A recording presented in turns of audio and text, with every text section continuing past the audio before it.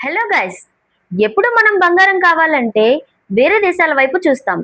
అయితే ఇప్పుడు scene reverse అయింది. ఎందుకంటే ఆంధ్రప్రదేశ్లోని కర్నూలు డిస్టిక్, అది కూడా ఒక చిన్న ఊరు, అదే జొన్నగిరి గోల్డ్ మైనింగ్స్. సో ఇప్పుడు ఇదే మన దేశవ్యాప్తంగా హాట్ టాపిక్గా మారింది. ఈ గోల్డ్ మైనింగ్స్ అన్నది 19th సెంచరీస్ నుంచే మొదలైంది. అయితే 2026లో మన పంట పండిందనే చెప్పుకోవాలి.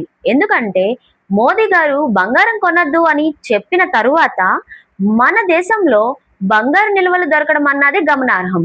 అయితే ఇప్పుడు ఈ గోల్డ్ మైనింగ్స్ వల్ల మన సామాన్యులకి ఉపయోగకరంగా ఉంటుందా లేదా అన్నది మనం తెలుసుకుందాం.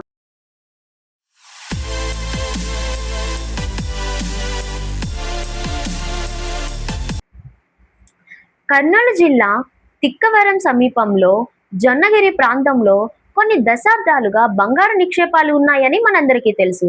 కానీ ఇప్పుడు ఆస్ట్రేలియాకి చెందిన డెక్కన్ గోల్డ్ మైన్స్ సంస్థ మరియు మన భారతీయ సంస్థలు కలిసి భారీ స్థాయిలో గోల్డ్ మైనింగ్ మొదలుపెట్టాయి.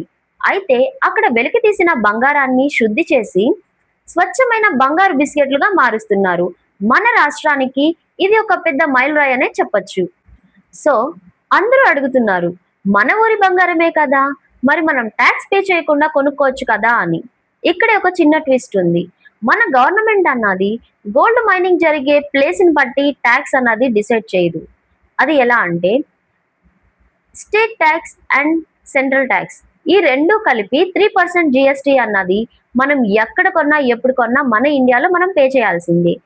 ఎప్పుడైతే మనం అదర్ కంట్రీస్ నుంచి, అంటే వేరే కంట్రీస్ నుంచి మనం ఇంపోర్ట్ చేసుకుంటున్నామో గోల్డ్ని, అప్పుడు మనం కస్టమ్స్ డ్యూటీ అన్నది ఖచ్చితంగా పే చేయాల్సి ఉంటుంది.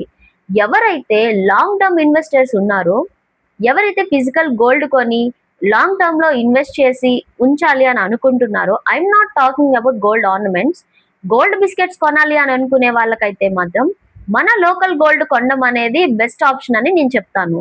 వాళ్ళకి కొంచెం ఖర్చు తగ్గే ఛాన్సెస్ ఉన్నాయి. ఆర్నమెంట్స్ అన్నది మేకింగ్ ఛార్జెస్ని బట్టి అది డిపెండ్ అయి ఉంటుంది. బట్ గోల్డ్ బిస్కెట్స్ అయితే మాత్రం లోకల్ గోల్డ్కి వెళ్ళడమే బెస్ట్ ఆప్షన్ అని అనుకోవచ్చు. సో మోదీ గారు చెప్పిన బంగారం కొనద్దు అన్న మాట మాత్రం బాగా వైరల్ అయింది. కానీ ఆయన ఉద్దేశం ఏంటంటే మన ఎకానమీ గురించి చెప్పారు.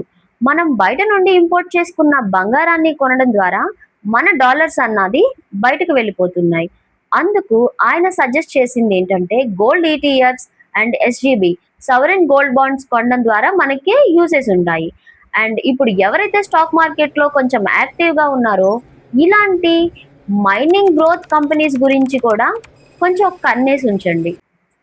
సో జొన్నగిరి గోల్డ్ మైనింగ్స్ అన్నది మన కంట్రీకి బూస్ట్ అనే చెప్పొచ్చు.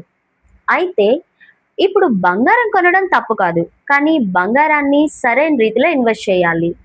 మీరు కూడా గోల్డ్ మైనింగ్స్లో కానీ గోల్డ్ స్టాక్స్ లైక్ ఈటీఎఫ్స్, ఎస్జీబీఎస్ వాటిల్లో ఏమైనా ఇన్వెస్ట్ చేస్తున్నారా అన్నది మీకు, అండ్ ఇప్పుడు నేను చెప్పిన దాంట్లో మీకు ఏదైనా డౌట్స్ ఉన్నా కూడా కమెంట్స్లో కమెంట్ చేయొచ్చు. And please subscribe my channel. ఇలాంటి మరిన్ని ఇంట్రెస్టింగ్ అప్డేట్స్తో నేను మీ ముందుంటాను.